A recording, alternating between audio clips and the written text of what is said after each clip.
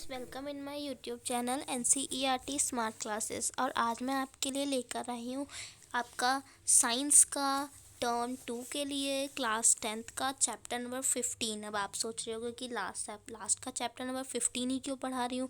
तो ये जो है छोटा चैप्टर है और मैं चाहती हूँ आप ये एक बार वीडियो देखें तो आपको समझ में आ जाए, फिर आपको पढ़ने की ज़रूरत ना पड़े। इसलिए मैं पहले इस चैप्टर की वीडियो बना रही हूँ और इसके बाद मैं जो कार्बन कंपाउंड्स और जो इलेक्ट्रिसिटी ये सारे चैप्टर्स हैं इनकी वीडियोस भी अपलोड कर दूँगी। तो ये छोटा चैप्टर था, इसीलिए मैंने पहले इसी चैप्टर को चुना। ठीक है, तो आइए इस चैप्टर को स्टार्ट करते हैं। Let's start. आज के हमारे चैप्टर का नाम है हमारा पर्यावरण। ये चैप्टर ना बहुत ही छोटा है और साथ साथ बहुत ही इजी है, आपको जल्दी समझ आता जाएगा। ठीक है, देखो हमारा पर्यावरण मतलब कि हमारा इन्वायरमेंट, कि हमारा पर्यावरण कैसा है। देखो हमारा पर्यावरण यहाँ पे एक ये बना हुआ है बॉक्स टाइप्स के। ये आपको इसमें ऐसे नहीं समझ में आ रहा होगा, है ना, लेकिन मैं अभी आपको पढ़ा रही हूँ तो देखना आपको ज़रूर समझ आ जाएगा।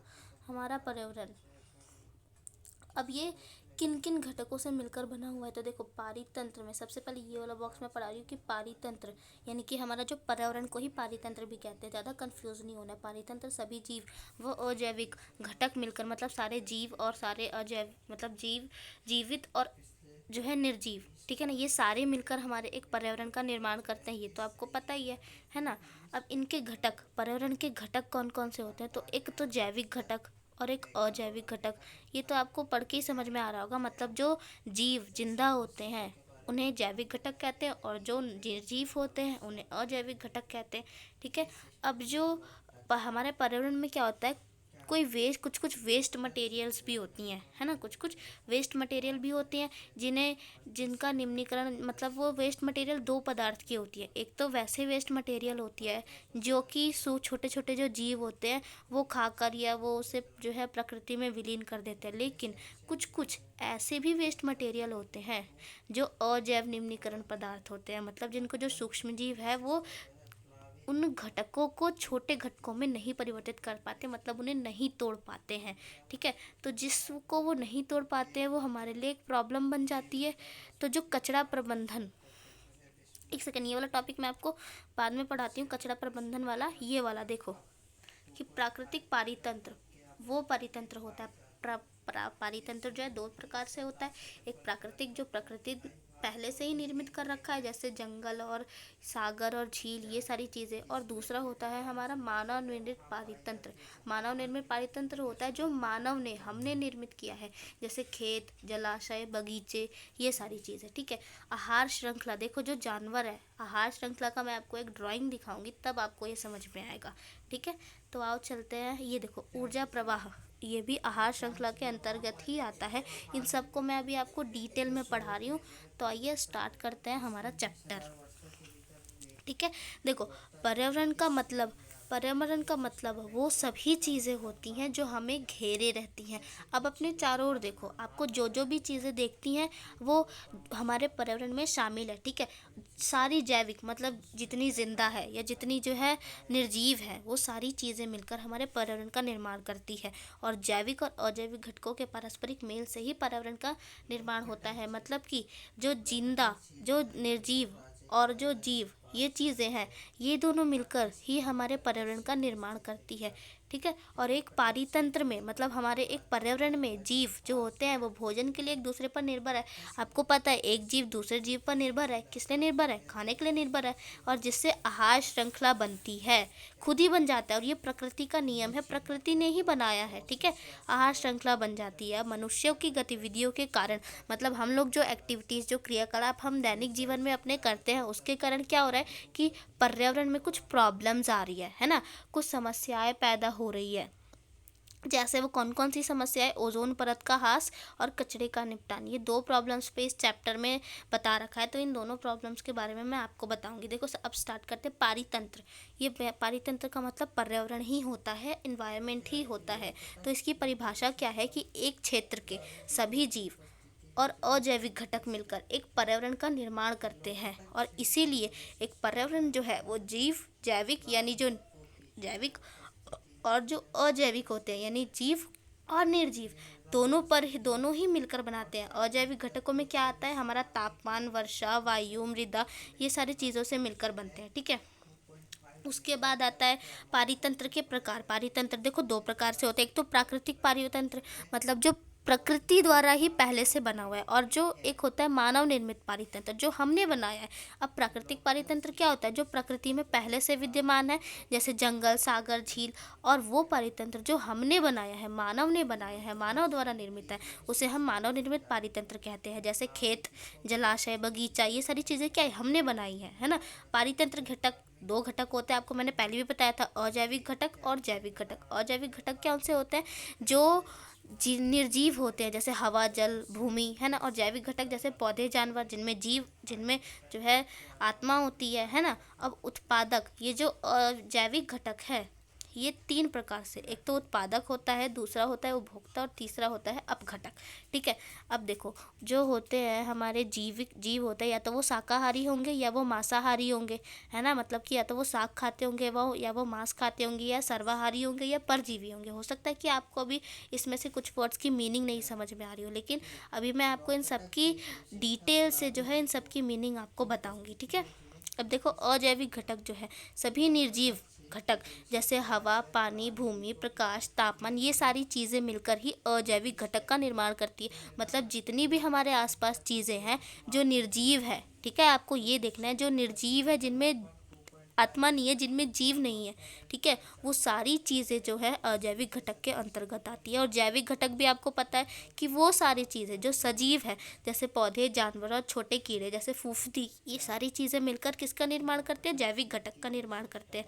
अब आहार के आधार पर, मतलब खाने के आधार पर जैविक घटकों को निम्न में बांटा गया है। अब देखते हैं हम, तीन में बांटा गया, मैंने आपको बताया था, उत्पादक, अपघटक, उत्पादक, उपभोक्ता और अपघटक। ठीक है, अब उत्पादक क्या होता है, सारे हरे पौधे या फिर शैवाल, नीरे हरे शैवाल, वो सारे जो है अपना भोजन यानी कि स्टार्च व शर्करा जो है कार्बनिक पदार्थों की सूर्य की रोशनी के प्रयोग करके बनाते हैं। मतलब कि उत्पादक क्या होता है, वो सारे हरे पौधे और नीरे हरे शैवाल प्रकाश संश्लेषण द्वारा अपना भोजन बनाते हैं, है ना। प्रकाश संश्लेषण के द्वारा अपना भोजन बनाते हैं, तो उसे हम कहेंगे उत्पादक। ठीक है, क्या कहेंगे, उसे उत्पादक कहेंगे। और उपभोक्ता किसे कहते हैं, ऐसे जीव जो अपने निर्वाह के लिए परोक्ष या अपरोक्ष रूप से उत्पादकों पर निर्भर करते हैं। मतलब जो अपने जीने के लिए, अपनी ज़िंदगी के लिए किस पर निर्भर है, पौधों पर निर्भर है। ठीक है, पौधे तो अपना स्वयं बनाते हैं, प्रकाश संश्लेषण की वजह से स्वयं जीवित रहते हैं, लेकिन जो उपभोक्ता है वो किस पर निर्भर है, उपभोक्ता जो है वो उत्पादक पर निर्भर है, खाने के लिए, जीने के लिए। ठीक है, और उपभोक्ताओं को हम किस प्रकार में बांटते हैं, मतलब जो खाने हैं, जो खाते हैं खाना, वो हमने उसको चार में बांटा था। मैंने कहा था शाकाहारी, मांसाहारी, सर्वाहारी और परजीवी। शाकाहारी आपको पता होगा, जो घास और पत्ते खाते हैं, वो उन जीव को हम क्या कहते हैं, शाकाहारी कहते हैं, जैसे कि बकरी और हिरण, है ना। मांसाहारी जो मांस खाते हैं, जैसे शेर और मगरमच्छ, है ना। अब सर्वाहारी जो सब कुछ खाते हैं, मतलब मांस और पौधे वो दोनों खाते हैं, जैसे कौवा और मनुष्य, हम लोग दोनों खाते हैं। परजीवी जो दूसरे जीवों के शरीर में जीवित रहते हैं और बिना उस जीव को मारे खाते हैं, जैसे जू और अमरबेल। जू और अमरबेल क्या होता है, किसी जीव के शरीर में रहकर बिना उसे मारे जो है अपना भोजन प्राप्त करते हैं, जीवित रहते हैं। ठीक है, उसे हम परजीवी कहते हैं। अब अपघटक तीसरा प्रकार क्या है हमारा, तीसरा प्रकार है अपघटक। अपघटक में क्या होता है, जो फूफदी और जो जीवाणु है, ध्यान रखना इसमें जीवाणुओं की बात हो रही है, वो मरे हुए जीव, जो जीव मर जाते हैं और जो पौधे मर जाते हैं, उनको जटिल पदार्थों में, मतलब मर गए तो क्या होगा, उनको सरल पदार्थों में विघटित यानी तोड़ देते हैं, मतलब उनको खा लेते हैं, एक प्रकार से हम कह लेते हैं। और जटिल पदार्थों को किस में विघटित कर देते हैं, सरल पदार्थों में विघटित कर देते हैं। ठीक है, और इसी प्रकार जो अपघटक है वो स्रोतों की भरपाई में मदद करते हैं। अपघटक हमारे लिए महत्वपूर्ण है। ठीक है, जो फूफदी और जीवाणु है, इनका हमारे पर्यावरण में एक महत्वपूर्ण योगदान है, ये आप याद रखना। अब नेक्स्ट जो टॉपिक है वो है हमारा आहार श्रृंखला। अब आहार श्रृंखला पे आते हैं। देखो, आहार श्रृंखला एक ऐसी श्रृंखला है जिसमें एक जीव दूसरे जीव को भोजन के रूप में खाते हैं। एक ऐसी श्रृंखला जिसमें एक जीव है वो दूसरे जीव को किस रूप में खाता है, भोजन के लिए खाता है, पेट भरने के लिए खाता है ना। अब जैसे घास है, ठीक है, घास है, वो घास है उसको कौन खाता है, हिरण खाते हैं, है ना, हिरण खाते हैं। और फिर हिरण को कौन खाता है, शेर खाता है। क्यों खाता है शेर, अपना पेट भरने के लिए खाता है, अपने भोजन के लिए खाता है। और एक आहार श्रृंखला में उन जैविक घटकों को जिनमें ऊर्जा का स्थानांतरण होता है पोषक स्तर कहलाता है। मतलब वो आहार श्रृंखला जिसमें जो एक जीव दूसरे जीव को खाता है तो क्या होता है, उसे ऊर्जा मिलती है, ऊर्जा का स्थानांतरण होता है, उसे हम कहते हैं पोषक स्तर। ठीक है। उसके बाद हमारा आता है एक आहार श्रृंखला में ऊर्जा का स्थानांतरण एक ही दिशा में होता है। आपको ये याद रखना है कि एक आहार श्रृंखला जो है, मतलब घास को हिरण ने खाया, फिर हिरण को शेर ने खाया, तो ये एक आहार श्रृंखला है। इसमें क्या है, ऊर्जा का जो स्थानांतरण है ये एक ही दिशा में हो रहा है। ठीक है। अब हरे पौधे सूर्य की ऊर्जा का 1% भाग जो है पत्तियों पर पड़ता है, अवशोषित करती हैं जो पत्तियां होती है। ये आपको याद रखना है कि 1%, कितना, 1%। ठीक है। अब 100% नियम हम पढ़ेंगे। 10% 10% नियम में क्या होता है, एक पोषक स्तर से दूसरे पोषक स्तर में केवल 10% ऊर्जा का स्थानांतरण होता है। मतलब घास था, घास को किसने खाया, घास को खाया मान लो उसने, हिरण ने खाया, तो हिरण में जो है उसका 10% ही जाएगा। अब हिरण को शेर ने खाया तो उसमें जो है हिरण का 10% एनर्जी, 10% ऊर्जा ही जाएगा, और बाकी जो 90% है वो उसके शरीर में जो क्रियाएं होती है उसमें यूज़ हो जाएगी। ठीक है। अब उपभोक्ता के अगले स्तर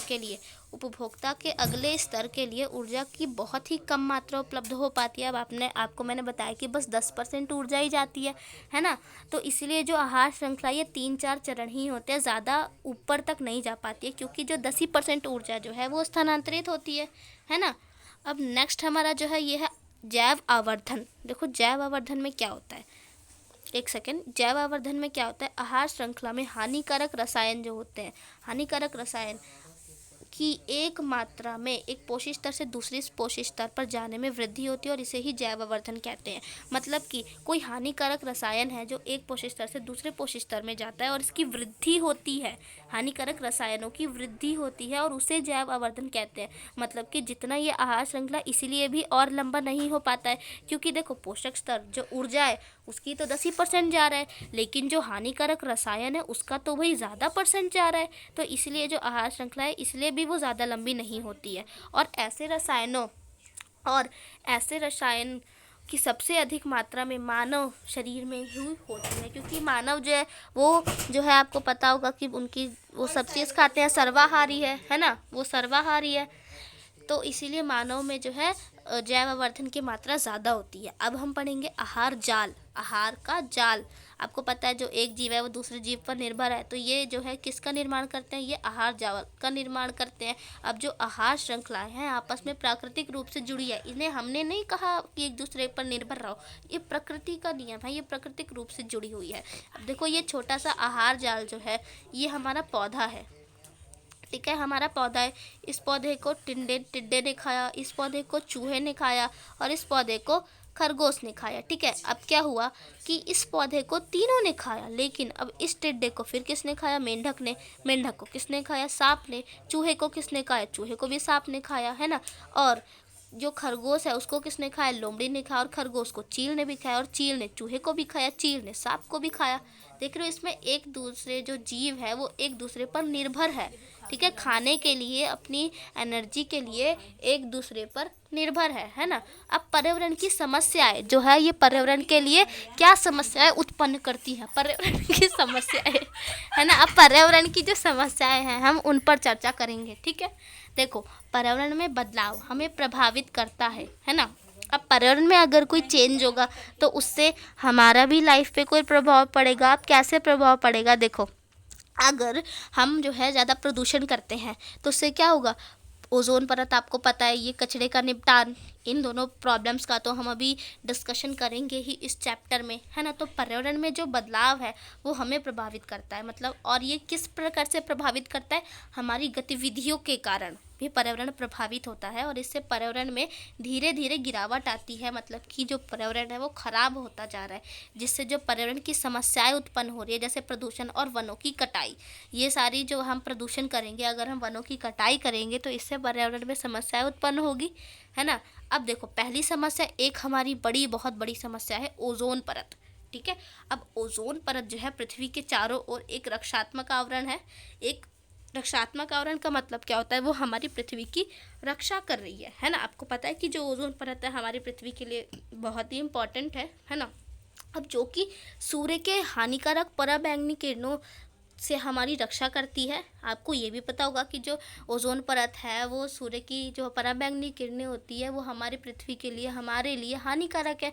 तो ये जो ओजोन परत है ये उससे हमारी रक्षा करती है और इस प्रकार ये जीवों की स्वास्थ्य संबंधी हानियाँ जैसे त्वचा कैंसर, मोतियाबिंद, कमज़ोर परिरक्षा तंत्र और पौधों का नाश, इन सब से भी हमारी रक्षा करती है। तो आप देख रहे होंगे जो ओजोन परत है हमारे लिए कितनी यूज़फुल है ना। लेकिन फिर भी हम जो है पॉल्यूशन कर रहे हैं और जिससे इसको जो है प्रॉब्लम इसमें होल पाया गया है, आपको पता है। और मुख्य रूप से ओजोन परत समताप मंडल में पाई जाती है। ये याद रखना, क्वेश्चन आ सकता है कि कहाँ कौन सी परत, वायु की कौन सी परत में जो है ओजोन परत पाई जाती है। तो ये जो है आपकी समताप मंडल में पाई जाती है, ठीक है, जो कि हमारे वायुमंडल का हिस्सा है। और ज़मीना स्तर पर ओजोन एक घातक जहर भी है। मतलब वैसे तो वो एक जहर है पर जो हमारे लिए हमारी रक्षा का काम कर रही है, आपको पता है। अब हम ओजोन के बारे में थोड़ा सा पढ़ लेते हैं कि ओजोन का निर्माण। देखो, ओजोन का निर्माण निम्न प्रकाश के रासायनिक अभिक्रिया के कारण हुआ था। देखो, ऑक्सीजन थी, उसमें जो है पराबैंगनी विकिरण हुआ तो ऑक्सीजन के 2 अणु बने। ऑक्सीजन के 2 अणु बने। अब जो ऑक्सीजन के 2 अणु हैं, अगर उसमें एक और अणु मिल गया तो हमारा क्या बन गया, O3 बन गया, है ना। हमारा क्या बन गया, O3 बन गया। देखो, हमारा ऑक्सीजन था, उसे तोड़ दिया पराबैंगनी किरणों ने 2 ऑक्सीजन में। अब जो दूसरा ऑक्सीजन O2 था उसमें अगर ये एक ऑक्सीजन जाके मिल जाए तो क्या किसका निर्माण करता है, O3 का निर्माण करता है। और O3 क्या है आपका, O3 आपका ओजोन परत है ना। ओजोन का निर्माण हो गया O3 के द्वारा। तो इसी प्रकार ओजोन का निर्माण हुआ। अब ओजोन परत का ह्रास, क्या प्रॉब्लम है ओजोन परत में, तो 1985 में पहली बार अंटार्कटिका में ओजोन परत की मोटाई में कमी देखी गई और जिससे जो है ओजोन परत के छिद्र का नाम दिया, ओजोन परत में होल का नाम दिया गया। उसकी जो मोटाई थी उसमें कमी पाई गई थी, ठीक है। और ओजोन की मात्रा में इस तीव्रता से गिरावट का मुख्य कारक क्या है, मुख्य कारण क्या है, मानव संश्लेषित रसायन क्लोरोफ्लोरोकार्बन है, CFC। ये क्वेश्चन भी आ सकता है कि जो ओजोन परत में तीव्रता में जो कमी आ रही है, उसकी जो परत में जो मोटाई में कमी आ रही है, उसका क्या कारण है, तो क्लोरोफ्लोरोकार्बन यानी CFC, ठीक है। जिसका उपयोग किस में होता है, शीतलन में और अग्निशमन के लिए होता है, ठीक है। मतलब रेफ्रिजरेटर में होता है, फ्रिज और वॉशिंग मशीन, इन सारी चीज़ों में इसका यूज़ होता है CFC का, जिससे हमारा ओजोन परत को हानि हो रही है, ठीक है। अब 1987 में जो संयुक्त राष्ट्र पर्यावरण कार्यक्रम है यानी UNDP है, UNEP है, उसने सर्वानुमति यानी सबकी ही अनुमति की। क्या उसने फैसला लिया, उसने लिया कि 1986 के स्तर पर सीमित ही रखा जाएगा किसे, CFC की जो उपयोग है उसको, ठीक है। जैसे कि ये आपका क्योटो प्रोटोकॉल कहा गया इसको, ठीक है। अब कचरा प्रबंधन, नेक्स्ट हमारे पर्यावरण की क्या प्रॉब्लम है, नेक्स्ट प्रॉब्लम है कचरा प्रबंधन, ठीक है। अब कचरा प्रबंधन पर हम विचार करते हैं। अभी तक हमने किसके बारे में पढ़ रहे थे, ओजोन परत के बारे में। अब कचरा प्रबंधन के बारे में पढ़ेंगे। देखो, आज के समय में जो कचरा है ये हमारे लिए एक मेन समस्या है जो कि हमारे पर्यावरण को प्रभावित करती है ना। और हमारे जीवन शैली के कारण ही कचरा इकट्ठा होता है। मतलब हम क्या कहते हैं, खाओ फेंको, खाओ फेंको आजकल हो गया कि हमने पेप्सी पी, बोतल फेंक दिया, चाय पिया, कप फेंक दिया, कुछ बाहर से खरीद के खाया और प्लेट फेंक दिया। तो इससे क्या हो रहा है कि हम ही जो है कचरा ज़्यादा मात्रा में उपयोग करें, ज़्यादा मात्रा में जो है उसको मात्रा में वृद्धि कर रहे हैं, हम ही तो कर रहे हैं। अब जैव निम्नीकरणीय पदार्थ और अजैव निम्नीकरण पदार्थ है ना। अब जैव निम्नीकरण पदार्थ क्या होता है, वो पदार्थ जो सूक्ष्म जीव जो है छोटे घटकों में बदल देते हैं, जैसे कि फल हो गया, सब्जी के छिलके, सूती कपड़ा, जूट, कागज़, ये सारी चीज़ें, ठीक है। इससे क्या करते हैं, जो छोटे जीव होते हैं वो जो है सरल पदार्थों में परिवर्तित कर देते हैं, जिससे कोई प्रॉब्लम नहीं होती। प्रॉब्लम किस में होती है, प्रॉब्लम होती है आपकी अजैव निम्नीकरणीय पदार्थ में। जो सूक्ष्म जीव है वो अजैव निम्नीकरण पदार्थ को छोटे घटकों में नहीं परिवर्तित कर सकते। अब वो कौन से पदार्थ है जो अजैव निम्नीकरण है, तो उनका उदाहरण है आपका प्लास्टिक, पॉलीथीन, संश्लेषित रेशे, धातु और ये सारी चीज़ें। और जो सूक्ष्म जीव होते हैं वो एंजाइम उत्पन्न करते हैं। क्यों नहीं कर पाते, अब ये देखते हैं। जो सूक्ष्म जीव होते हैं वो एंजाइम उत्पन्न करते हैं जो छोटे पदार्थों को मतलब जो पदार्थों को छोटे घटकों में बदल देता है। लेकिन जो एंजाइम है ये अपनी क्रिया में विशिष्ट होते हैं और इसीलिए पदार्थों का अपघटन नहीं कर सकते। मतलब ये कुछ ही स्पेशल, आप कह सकते हो कुछ स्पेशल चीज़ों का ही अपघटन करते हैं। तो ये प्लास्टिक और ये पॉलीथीन्स, इन सारी चीज़ों का अपघटन नहीं करते हैं। कचरा प्रबंधन की विधियाँ, भाई कचरे का निपटान के लिए हमें कुछ विधियाँ अपनानी है, तो अब हम उस विधियों के बारे में पढ़ेंगे, ठीक है ना। देखो, एक हमारा क्या है, पहली विधि है जैव मात्रा संयंत्र। इसमें क्या होता है, जैव निम्नीकरण पदार्थ इस संयंत्र द्वारा जैव मात्रा में खाद में परिवर्तित कर देता है। मतलब जो भी निम्नीकरण पदार्थ है उसे क्या करेंगे, हमें गड्ढे करके ज़मीन में डाल देंगे तो किस में परिवर्तित हो जाएगा, वो खाद में, है ना, वो खाद में परिवर्तित हो जाएगा। अब नेक्स्ट जो हमारा है वो है कूड़ा भराव क्षेत्र। कूड़ा भराव क्षेत्र में क्या होता है, जो कचरा है निचले क्षेत्र में डाल देंगे और उसे दबा देंगे तो वो भी हमारा समाप्त हो जाएगा। ये सारी चीज़ें प्रकृति से निकली हुई होती है तो प्रकृति में विलीन हो जाती है ना। ये सारी चीज़ें जो है आपकी प्रकृति से निकली हुई होती है और प्रकृति में ही विलीन हो जाती है। अब नेक्स्ट है हमारा पुनः चक्रण। पुनः चक्रण में देखो क्या होता है, जो अजैव निम्नीकरण पदार्थ है उसका हम दोबारा उपयोग करें, है ना भाई, हम उसका पुनः उपयोग करें, इसे ही पुनर्चक्रण कहते हैं। अब इसमें क्या होता है कि जैसे हम अखबार है, अखबार का यूज़ हमें नहीं है तो हम क्या करें, उसका लिफाफा बनाने, ज़रूरी तो नहीं है कि हम नया लिफाफा खरीदें, तो इसे कहते हैं पुनः उपयोग। सॉरी, मैं तो पुनर्चक्रण पढ़ा रही थी ना। पुनर्चक्रण वो होता है जो हमारे पदार्थों को, जो भी हमारा यूज़फुल, जो भी हमारी थिंग है जिसका हमने उपयोग किया उसका हम पुनः उपयोग करें और पुनः चक्रण करें। और जो पुनः उपयोग होता है, मतलब किसी चीज़ का भी हमने यूज़ किया और उसका हम बाद में भी उपयोग कर सकते हैं, उसे फेंकना नहीं है, मतलब, ठीक है। भस्मीकरण देखो ये भी एक विधि है जो कचरा निपटान की अच्छी विधि है। ये जो है अपशिष्ट उपचार, जो भी आपका वेस्ट मटेरियल होता है उसे थर्मल उपचार के रूप में वर्णित किया जाता है, जो कचरे को राख में बदल देती है। भस्मीकरण में क्या होता है, जो कचरा होता है वो राख में बदल जाता है। और ये मुख्य रूप से कहाँ इस्तेमाल की जाती है, अस्पतालों में जैविक कचरे के निपटान के लिए इसका उपयोग किया जाता है, ठीक है। अब कुछ क्वेश्चंस है, ये चैप्टर हमारा यहीं पे समाप्त होता है।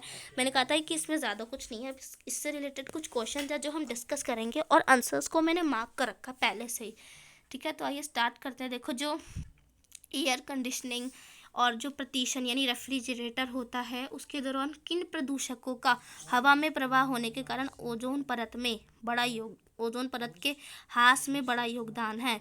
अब कौन सी चीज़ जो है, कौन सी गैस जो है हमारे पर्यावरण, मतलब हमारे ओजोन परत को नुकसान करती है, तो आपको पता है CFC, अभी मैंने बताया आपको CFC, तो इसका आंसर C हो जाएगा, ठीक है।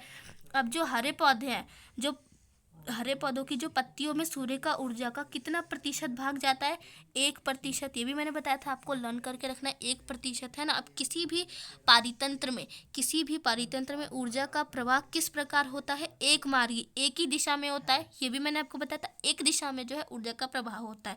अब देखो नेक्स्ट है हमारा कि यदि खाद्य श्रृंखला में तृतीय उपभोक्ता, मतलब जो तृतीय उपभोक्ता है वो 10 जूल ऊर्जा का स्थानांतरण करता हुआ जाता है तो प्राथमिक उपभोक्ता में कितनी ऊर्जा उपलब्ध थी। अब 10%, आपको पता है कि 10% ही जाता है उसमें, तो जो तृतीय उपभोक्ता है तो द्वितीय में कितने होगा, 100 होगा, 10 गुना कर देंगे तो। और फिर प्राथमिक उपभोक्ता में कितना होगा, 1000 जूल होगा, तो ऑप्शन नंबर C हमारा सही हो जाएगा, ठीक है। अब नेक्स्ट है 10% नियम में देखो पता ही है आपको कि एक जीव से दूसरे जीव में ऊर्जा का स्थानांतरण की बात की गई है, तो ऑप्शन नंबर C सही हो जाएगा। 6th क्वेश्चन है हमारा कि निम्न में से किस प्रक्रिया में जो है O2 को O3 में बदल दिया जाता है, तो पराबैंगनी विकिरण के द्वारा ये काम किया जाता है, जो O3 का निर्माण किया हुआ था, ठीक है। अब नेक्स्ट क्वेश्चन है हमारा कि सभी आहार श्रृंखला में मनुष्य शीर्षस्थ है। आपको बताया था मनुष्य जो है वो टॉप पर है, तो हमारे शरीर में रसायन जो है सर्वाधिक मात्रा में संचित होता है, इसे जैव आवर्धन कहते हैं। मैंने आपको बताया था इसे जैव आवर्धन कहते हैं, है ना। ये हमारे मानव में सबसे ज़्यादा होता है, मतलब कि हानिकारक रसायन जो है वो तो ज़्यादा मात्रा में होता है लेकिन जो एनर्जी है वो केवल 10% ही जाती है, तो इसलिए जो आहार श्रृंखला जो है ये 3-4 स्तर ही तक सीमित है, ठीक है। अब आपको बताना है कि कृत्रिम पारितंत्र का उदाहरण, भाई खेत है, खेत का निर्माण हमने किया, जंगल का तो नहीं किया, तालाब और झील इनका भी नहीं किया है, तो ऑप्शन नंबर B हमारा सही हो जाएगा, ठीक है। उसके बाद 9th क्वेश्चन है आपका कि कौन सा ऊर्जा का एक खाद्य श्रृंखला से होकर बहती है, सौर ऊर्जा, ठीक है, सौर ऊर्जा इसका आंसर होगा। उसके बाद 10th क्वेश्चन है हमारा कि अस्पतालों से जैविक कचरे के निपटान के लिए निम्नलिखित में से कौन सा सबसे अच्छी विधि है। आपको पता है भस्मीकरण, इसका यूज़ किया जाता है जो कचरा जो अस्पतालों में जो निपटान होता है उसके लिए। तो हमारी वीडियो यहीं पे ख़त्म होती है, तो अगर आपको ये वीडियो अच्छी लगे तो प्लीज़ लाइक कर देना और अपने फ्रेंड्स को शेयर भी कर देना जिन्हें भी ये चैप्टर पढ़ना है, या सबको ही शेयर कर देना ताकि सभी जान सके। Okay, so take care, bye bye, see you.